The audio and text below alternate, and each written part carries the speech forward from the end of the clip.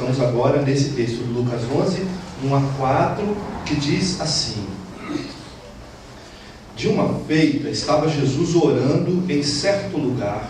Quando terminou, um dos seus discípulos lhe pediu: Senhor, ensina-nos a orar, como também João ensinou os seus discípulos. Então ele os ensinou: quando orardes, dizei: Pai, santificado seja o teu nome, venha o teu reino, o pão nosso cotidiano dai-nos dia em dia, perdoa-nos os nossos pecados, pois também nós perdoamos a todo o que nos deve, e não nos deixeis cair em tentação. Esse texto muito breve, muito simples, é muito possivelmente aquilo que há de mais lido e professado e repetido em toda a história do cristianismo, porque esse texto acabou se transformando no texto, na oração modelar, né? Na oração modelar, aquela que nós fazemos, porque próprio Jesus nos ensinou. É verdade de que esse texto, por ser a oração modelar, aquela que é um modelo para nós, ela muitas vezes é feita assim como que de forma automática, né? Ela é repetida automaticamente, muitas vezes repetida automaticamente por puro formalismo, outras vezes ela é repetida meio assim como de forma mágica. Aliás, como de costume as orações são feitas. Muitas vezes as orações são feitas por puro formalismo. Eu imagino que vocês já tenham visto algumas vezes em que alguém vai orar e aí: ó Altíssimo Deus, poderosíssimo Senhor dos céus e da terra. E aí vai e faz aquela coisa que parece uma peça de português, daquele português castiço, aquele português bonito, né? Aquela coisa que você tem que no final, quando chega aí em casa, depois do culto, vai no dicionário para ver o que é que foi dito naquela oração. Porque embora eu tenha falado amém ao final, eu não entendi nada. Então é assim, digamos, por formalismo. E às vezes também a oração é feita de forma mágica, como que uma vara de condão, né, que uma fada tira lá de algum lugar e faz com que aconteça. Uma oração que parece que por ela só céus e terra se abrem de forma miraculosa. Mas o que a gente observa nesse momento, nessa experiência de Jesus com seus discípulos, é uma coisa muito diferente. E eu diria que oração é caminho de encontro. A oração, e esta aqui que Jesus, esse momento que Jesus está com seus discípulos e ensina a seus discípulos a orar, é sem dúvida nenhuma um modelo, é um jeito, é um caminho de relacionamento. Oração é relacionamento entre seus discípulos e Jesus, ou entre nós, os filhos, e Deus, o nosso Pai. Isso é oração. Oração não é expressão de formalismo e nem tampouco pode ser vara de condão para resolver problemas e para atender pedidos que nós temos amontoados em casa. Oração é um caminho de construção de relacionamento. Olha que coisas estão nesse texto e a gente pode aprender algumas delas. Diz logo no versículo 1: de uma feita estava Jesus orando em certo lugar. Jesus é o primeiro, é um modelo ele mesmo de oração. Olha, se fosse só uma ação de formalismo, Jesus não estaria orando.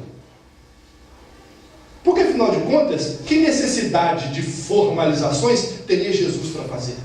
Ao contrário, ele mesmo vai dizer aos seus discípulos, e sobretudo aos fariseus, né, que estavam ali toda hora tentando pegá-lo em situações difíceis, ele vai dizer: olha, quando vocês forem orar, vocês não fiquem lá todo prosas.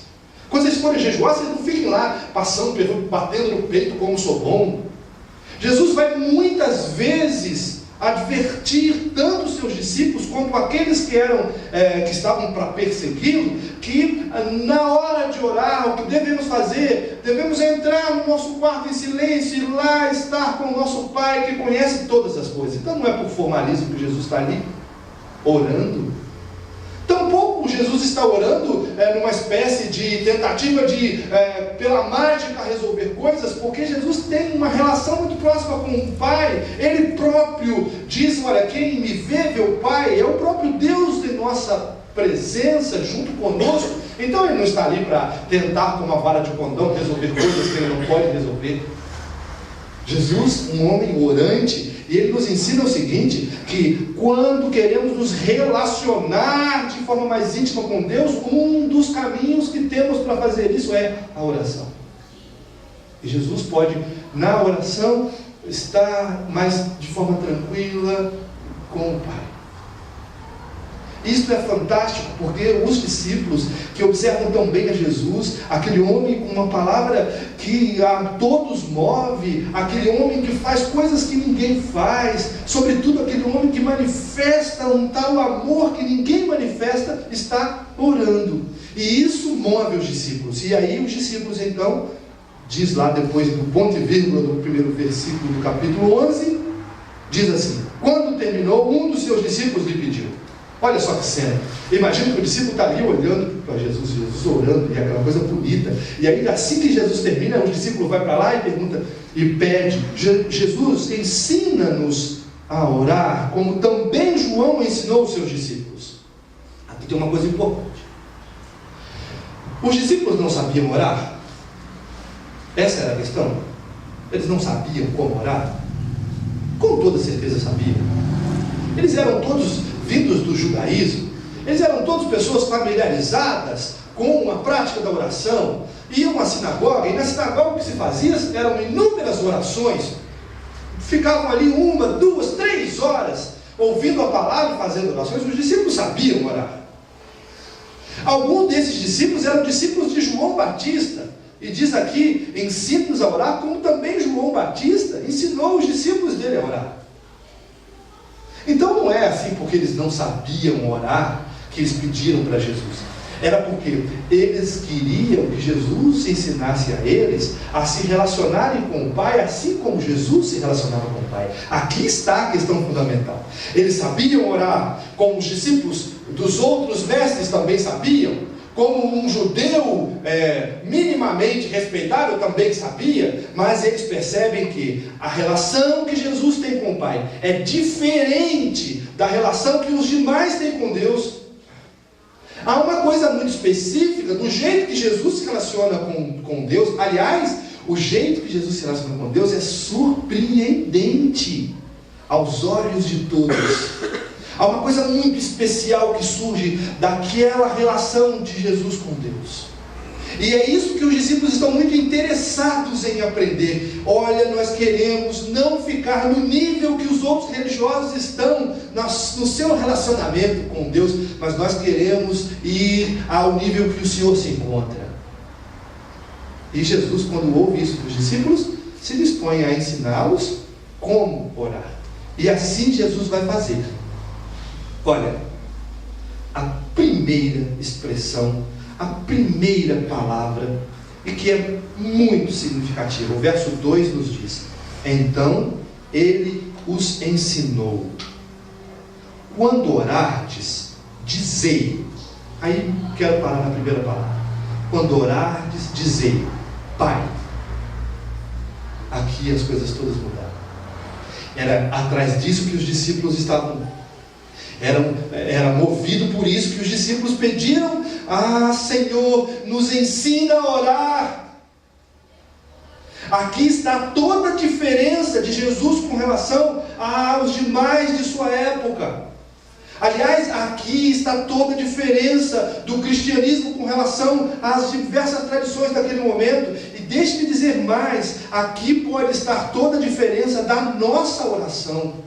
Se nós pensarmos oração como um caminho de relacionamento com Deus, ao orarem, não se dirijam a qualquer coisa. Ao orarem, não se dirijam a qualquer poder do universo.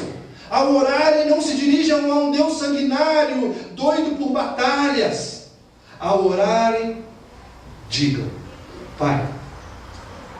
No texto de Mateus, que está lá em Mateus 6, verso 9, vamos dar uma olhadinha em Mateus 6, verso 9.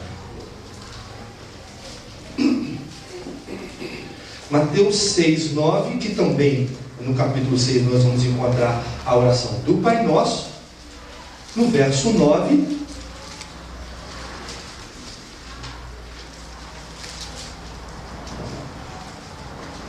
diz assim, olha, Mateus 6, 9. Portanto, vós orareis assim: Pai Nosso. Que aí, com relação a Lucas, tem um complementozinho, né? Que coloca o nosso. E aqui, nesta primeira parte da oração que Jesus ensina aos seus discípulos, está sem nenhuma dúvida aquilo que é a identidade de cada homem e cada mulher que se põe no seguimento de Jesus. Porque neste Pai Nosso se revela aquilo que nós somos. Aliás, revela mais do que aquilo que nós somos. Revela-se mesmo a expressão da fé cristã. A primeira coisa é a identidade de Deus. Deus, meus irmãos e irmãs, não é qualquer outra coisa senão nosso Pai. Deus não é qualquer outra coisa. Deus não pode ser confundido com nenhuma outra coisa, nem com aquele que está pronto para, com varinha mágica, nos encher de coisas, que seria mais ou menos sabe aqueles pais ausentes, né? Que por não terem presença na vida de seus filhos, enchem-nos de muitos presentes, de muitas adulações. Deus não é um pai desses que tem, de certa maneira, um sentimento de culpa por não ser presente, e aí precisa ficar dando presentes. Como também não é nenhum mal resolvido que tem sua mão pesada sobre seus filhos, todo tempo está lá pesando a mão, fazendo sofrer, punindo, perseguindo, porque muitas vezes nós criamos um relacionamento com Deus baseado numa ideia tão perversa de Deus que a gente nem tem coragem de chegar a Ele quando tem algum problema lá para ser resolvido. Pisamos na bola, ficamos com tanto medo de Deus, porque afinal de contas é aquele que está pronto para botar a mão pesada sobre mim. Jesus nos ensina a orar. Não é uma fórmula mágica, não. É um estado de vida. Jesus nos ensina a orar dizendo: Deus é nosso Pai. E não é qualquer pai, porque em outros textos ele vai identificar mais especificamente quem é o Pai. Ele vai dizer: Ele é o nosso Abá. O Espírito Santo em nós nos leva a chamá-lo de Abá, que significa paizinho, ou na verdade nem significa uma palavra muito concreta, não. É um jeito de se relacionar com Deus. É o jeito com que uma criança se relaciona com o pai, que está diante de si, e a criança lá vendo o pai abre os braços e diz alguma coisa que significa mais ou menos: eu confio em você, me dá um colo aí, porque o que eu quero mesmo é estar nos teus braços. É assim: quando orarem, chamem Deus de Pai. Mais do que isso, quando orarem, tenham no coração a certeza de que Ele é vosso Pai. Se isso revela, Pai Nosso, se isso revela quem é Deus, revela também quem nós somos. Porque se Ele é Pai, nós somos filhos. Nós não somos qualquer outra coisa senão filhos. Mas não façamos por menos, somos filhos. Porque qualquer outro nível de relacionamento estaria aquém daquele que o Evangelho nos apresenta.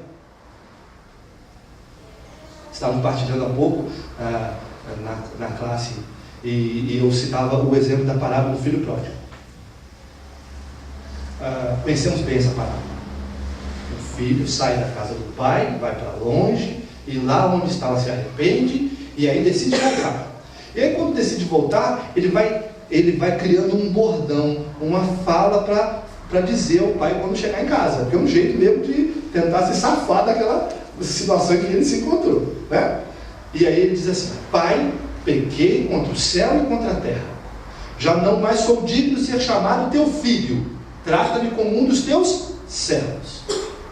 E eu imagino ele vai ao longo do caminho repetindo essa frase, para não esquecer: olha, pai, pequei contra o céu e contra a terra, já não sou mais digno de chamar teu filho, trata tudo com teu servo. Vai repetindo. Aí quando chega diante do pai, se vocês olharem, leiam lá Lucas capítulo 15, o pai não permite que ele fale a frase inteira. Ele começa a dizer, pai, pequei contra o céu e contra a terra. Quando ele vai dizer, já não sou digno de chamar teu filho, o pai o interrompe imediatamente. E ele não diz o resto da frase. O que acontece logo em seguida é que o pai pega um anel, que é exatamente o sinal da filiação, e põe no dedo dele, para dizer, não diga o que não pode ser dito. Você é meu filho. Meu filho. E aqui está a grandeza. O que nos ensina a oração como um relacionamento é que temos um Pai como Senhor e somos filhos dele. Não há menos do que isso, não aceitemos menos do que isso. Somos filhos. Por vezes, a vida, e mesmo as nossas experiências, nossas faltas, nossas quedas, vão nos dirigindo para nos acharmos menos do que filhos. Imagino que cada um de nós já tenha passado por isso. Uma situação difícil, um pecado, um vacilo, e aí vai acontecendo lá no nosso coração um certo convencimento. Ah não, mas eu não sou mais digno, né? Não sou mais digno, mas não sou mais digno, não sou mais digno, não sou mais digno. O que Deus tem para nós é um anel para colocar nos nossos dedos, e não somos menos do que filhos. Então, dizer que Ele é o nosso Pai e é o Pai, isto revela quem Deus é, isto revela quem nós somos, mas também revela quem é o outro. Porque, como diz Mateus, é Pai nosso. É Pai nosso. Então, se eu sou filho, não sou filho sozinho. O que está diante de mim, o que está comigo, nós que estamos na caminhada, também somos filhos. O que nós temos diante de nós são filhos do mesmo Pai. E isso é muito. Porque se chamarmos Deus de Pai, pode mudar completamente a visão que temos de Deus. Como perceber que nós somos filhos pode mudar completamente a noção que nós temos de nós mesmos. Ter o outro como irmão pode mudar completamente a noção que nós temos dele. Porque nós não estamos diante, como dizíamos na semana passada, nós não estamos diante de um outro, nós estamos diante de um próximo. E o que diz esse texto é mais do que isso. Nós não estamos diante simplesmente de um próximo, estamos diante de um irmão. Um irmão. E tudo isso está na primeira palavra do Pai Nosso. Estamos diante de um irmão. E que coisa devemos fazer a um irmão? E como é que devemos nos relacionar com um irmão? Como devemos nos relacionar com Deus que é Pai, se não nos atirando em seus braços? Como devemos nos relacionar conosco, que somos filhos, se não percebendo o valor que temos, porque Deus mesmo nos dá esse valor? E como devemos nos relacionar com aquele que está diante de nós, sendo irmão? Então, aqui já temos a base daquilo que é a oração com relacionamento. A oração não é outra coisa, a oração não é formalismo, a oração não pode ser um passe de mágica, a oração é um convite a que nós entremos nesta realidade maravilhosa de termos Deus como nosso Pai, de percebermos que nós somos filhos e de olharmos ao outro como irmão. Isto é a vida de oração. É no cultivo da oração que nós vamos descobrindo a riqueza de percebermos esta realidade tão rica. Não estamos nos relacionando com forças astrais, com Deus impessoal, não. Nem tampouco com aquele que tem sua mão estendida para pesar sobre nós, não. Mas com o Pai.